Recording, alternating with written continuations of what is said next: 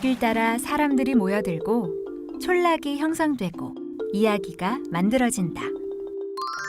그 물줄기를 따라 과거와 현재가 어울려 흐르는 성북의 이야기가 시작된다.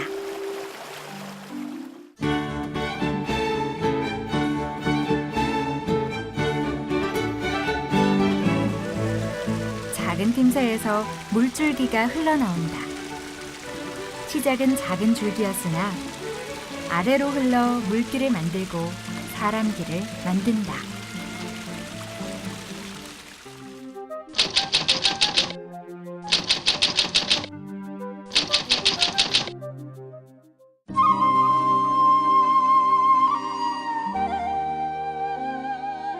정릉천 물줄기를 따라가다 보면 영화 건축학개론의 배경으로도 등장했던 정릉이 나온다. 정릉은 지명이기도 하지만 그에 앞서 한 여인의 능을 지칭하고 있다. 정릉은 누구의 무덤일까? 조선 태조의 계비 신덕왕후 강씨의 능이다. 이성계와 혼인해 이남 일녀를 낳았고 태조의 현비로 책봉됐다. 사랑하던 신덕왕후가 세상을 떠나자 태조는 매우 슬퍼했다. 그래서 그는 직접 무덤의 터를 찾아 도성한 현 덕수궁 뒤편에 능역을 조성하기에 이르렀다. 강씨 봉분의 우측에 자신이 묻힐 자리까지 마련하고 능호를 정릉으로 정했다. 그렇게 정릉은 태조에게 있어 사랑하는 연인의 모습이자 소중한 공간이었다. 신덕왕후가 승하한 지 2년, 왕자의 난을 일으킨 이방원이 왕위에 오르자 그는 정릉을 눈의 가시로 여기게 된다. 곧이어 태조가 승하하자 정릉을 도성 밖으로 이전하여 지금의 정릉 위치로 옮겨버렸다. 태종은 이때 능을 옮기면서 봉분을 깎아버리고 정자각을 헐었으며 돌들을 모두 땅에 묻도록 했다. 그 다음의 여름, 청계천의 광통교가 홍수로 인해 무너지자 정릉의 병풍석으로 돌다리를 만들어 백성들이 밟고 다니도록 할 만큼 미워했다. 능을 옮긴 뒤 수백 년간 정릉은 왕후의 능이라기보다 주인 없는 무연고 무덤에 불과했다. 하지만 1669년 비로소 종묘의 제사를 지내고 능묘로 칭해 지금의 모습을 갖추게 됐다. 임금의 깊은 연모를 받았던 여인이기도 했지만 미움을 받아 묘의 석재가 다리 아래 자리 잡게 된 신덕왕후. 임금의 지극한 사랑만큼이나 아픈 상처들이 과거를 건너 현재까지 이어오고 있다.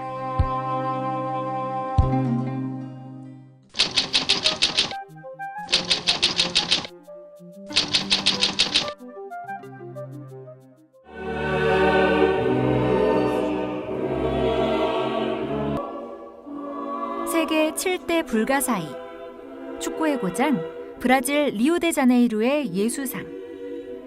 높은 산 정상에 두 팔을 벌리고 서 있는 예수상은 웅장하면서도 신비롭다. 그런데 이 예수상의 모습을 닮은 것이 성북구 한자락에서도 볼 수 있었다. 하얗게 솟아있어 맑은 하늘에 눈이 부시는 예수상. 성심상이라 불리는 이 예수상은 이곳 성당의 교우들이 직접 세운 것이라고 한다. 이 성당은 크고 웅장함보다는 소박하고 따뜻한 기운을 풍기고 있다. 우리를 바라보고 있는 인자한 웃음의 예수상. 활짝 벌린 두 팔로 금방이라도 우리와 성북을 안을 것 같다.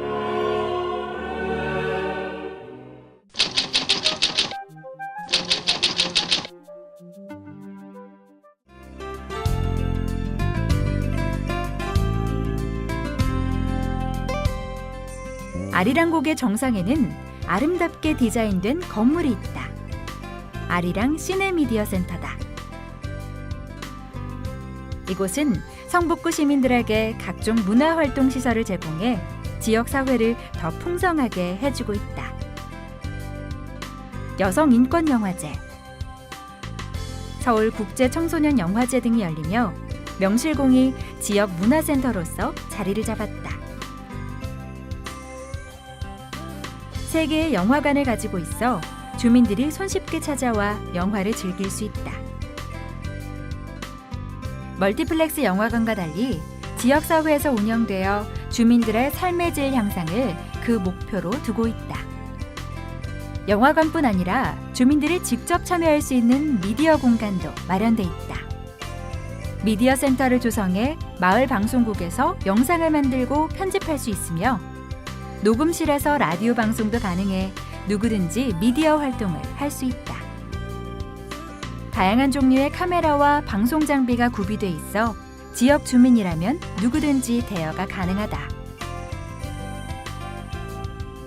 미디어 교육과 더불어 다양한 문화 콘텐츠 제작을 독려하고 있는 이곳은 성북 주민들에게 가장 가까운 미디어 공간이자 문화라고 할 수 있다. 어렵게만 느껴지는 미디어 제작. 이곳 아리랑 시네미디어 센터에서는 무엇이든 가능할 듯하다.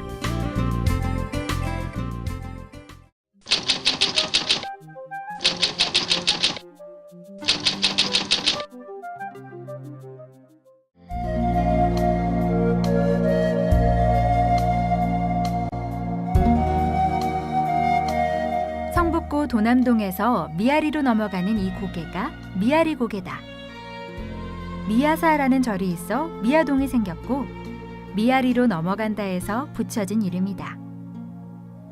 이 고개는 이름과 관련한 여러 가지 재미있는 이야기들이 전해진다. 원래는 되너미 고개라고 불렸다는 것이다. 그 유래의 하나는 병자호란 때 되놈들이 넘어왔다가 넘어갔다고 해서 붙여진 이름이라고 하는 얘기와 고갯길에 경사가 심해서 고갯마루에 오르다 보면 밥을 다시 되먹어야 한다는 뜻에서 붙여졌다는 것이다. 미아리 고개에는 여러 가지 이야기들이 담겨 있지만 동시에 우리 민족의 뼈아픈 역사가 스며 있기도 하다.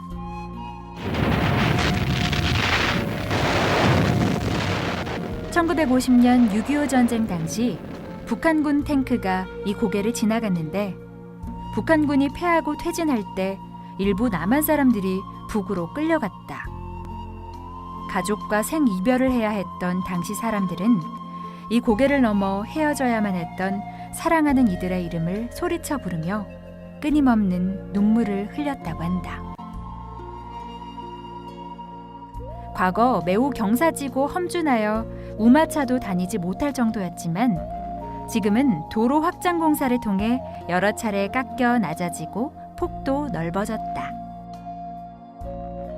침략의 역사 아래 많은 아픔과 한을 간직한 미아리 고개는 오늘도 말없이 북쪽을 응시하고 있다.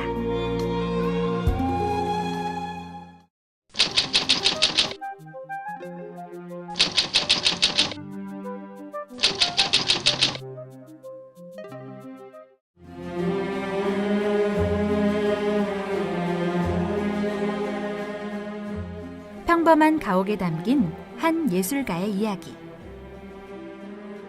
이곳은 권진규 조각가가 일본에서 돌아와 생전에 작품을 만들던 곳이다. 우리나라 근대 미술의 3대 거장 중 한 사람으로 테라코타, 건칠 작품 등으로 근현대 조각사의 뚜렷한 발자취를 남긴 이름, 권진규. 이곳 작업실은 그가 직접 지은 것으로 현재 내셔널 트러스트 문화유산 기금에서 운영하고 있으며 시민문화유산 제3호로 지정돼 보존되고 있다. 현재는 예술가들의 창작 공간으로 여러 음악회와 전시회가 열리기도 한다. 일본에서 인정받고 편안한 삶과 명예를 누릴 수 있음에도 그는 조국으로 건너와 일생을 이곳에 바쳤다. 대한민국 미술계의 비웃음과 냉소 속에서도 소신과 열정으로 작품 활동을 하다 이곳에서 생을 마감했다. 천재 예술가의 비극적 삶과 일생을 바친 작품에 대한 열정이 서려 있는 이곳에서 비운의 조각가의 숨결은 많은 것을 생각하게 한다.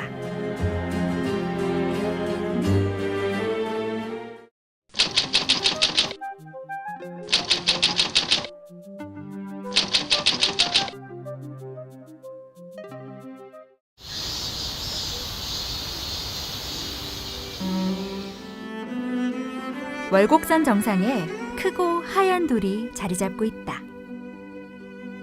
이곳이 애기능터다. 말 그대로 애기 무덤의 터로 고종의 장자였던 안왕이 12세 때 죽어 묻혔던 자리다. 묘는 서삼릉으로 옮겨지고 지금은 이 터만이 남겨져 있다. 어린 나이에 왕자를 떠나보내야 했던 고종의 아픔과 한이 이 터 가득 둘러싸여 있는 듯하다. 하지만 이곳을 찾는 사람들에게는 성북을 한눈에 볼 수 있는 탁 트인 전망과 도심 속에서 느낄 수 없던 울창한 나무숲이 쉼터가 된다. 과거의 아픔을 간직하고 있지만 또한 현재의 여유와 아늑함이 어우러져 있다. 월곡정이라 불리는 팔각정이 그 터를 지키고 있는 듯 우뚝 서 있다. 팔각정 위에서 바라다보는 애기능터는 크고 넓은 아버지의 가슴을 하고 있는 듯하다.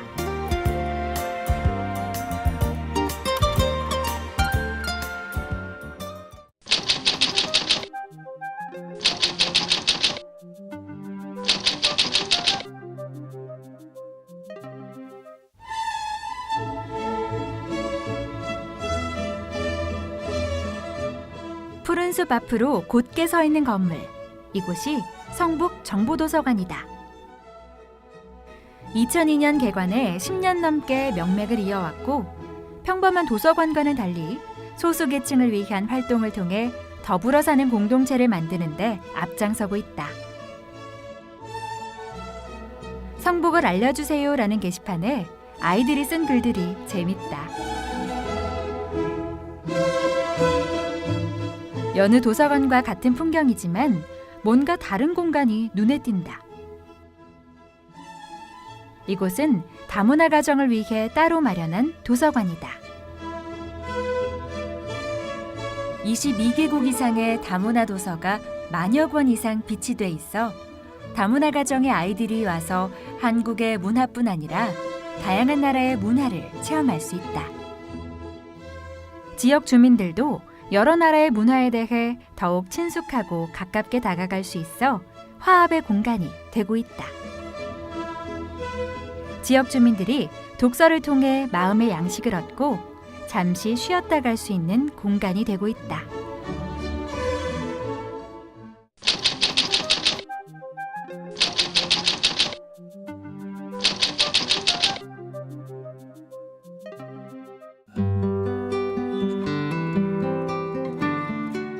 정릉천과 함께 청계천으로 흘러들어가는 성북의 또 하나의 물줄기, 성북천. 그 물줄기가 흘러왔던 세월만큼이나 성북천은 역사 사이사이를 흐르고 있다.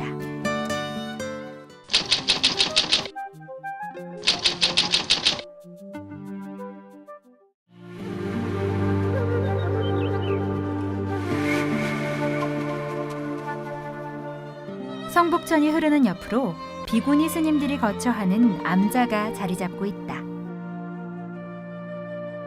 비구니 스님이란 여성 스님을 일컫는 말로 현재는 비구니들로만 구성된 독립된 종단이 설립돼 고유한 수행 풍토를 유지하고 있다. 탑골 승방, 보문사의 별칭이다. 주변에 탑골이 있어 지어진 이름이기도 하지만 여승들이 절에 모여 있다는 말로 그렇게 불린다.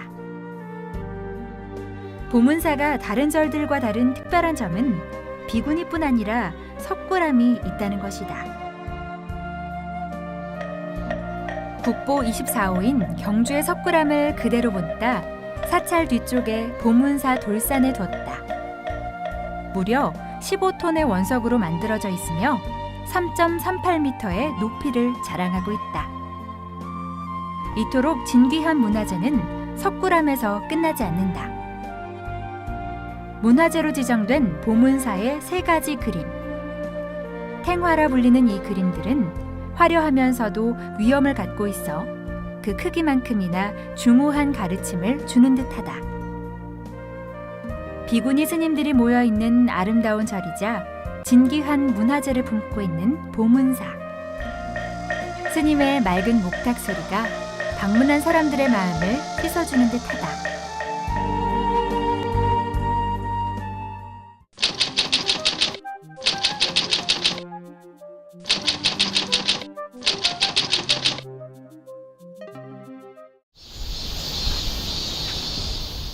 길게 뻗은 옛 한양도성이 눈에 들어온다. 그 성벽을 따라 걷다 보면 홀로 자리를 지키고 있는 옛 건물 하나와 만나게 된다.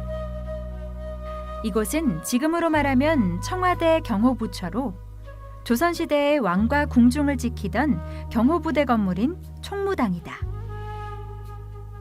지금은 홀로 서 있지만 과거 광화문에 삼군부의 새 건물이 함께 자리 잡고 있었다. 정부 종합청사 자리에 있었던 새 건물들은 모두 다른 곳으로 옮겨졌고 삼군부의 중심 건물인 총무당은 조선 말에 성북으로 이전되어 왔다. 처마 아래 널찍한 대청마루 그리고 큰 기와가 당시의 위험을 짐작하게 한다. 당시 삼군부는 군사 전반을 통솔하고 변방에 관한 일까지 관장하는 군사 권력의 핵심 기관이었다. 조선시대 관공서 건물은 대부분 훼손돼 사라졌는데 몇 남지 않은 건물 중 하나로 그 가치는 크다. 지금 이 순간에도 삼엄한 경비로 도성을 지킬 것 같은 듬직함이 묻어나지만 흐르는 세월 앞에 병사들은 간대없고 건물만이 시간을 정지한 듯 이곳에 서 있다.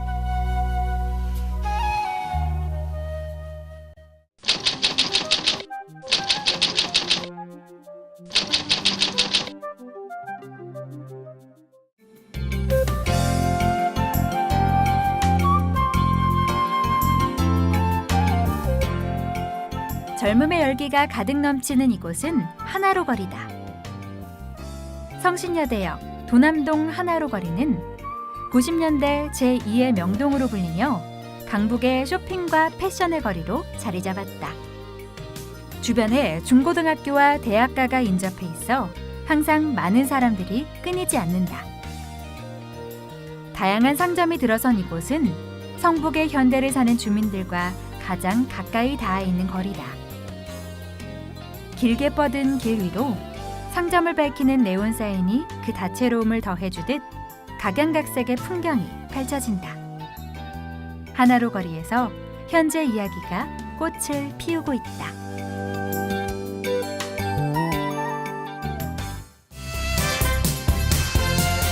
성북 곳곳에 밝혀진 불빛들은 까맣게 잊혀져가는 과거를 새기는 하나의 별자리가 되어 사람들에게 말을 건네고 있다.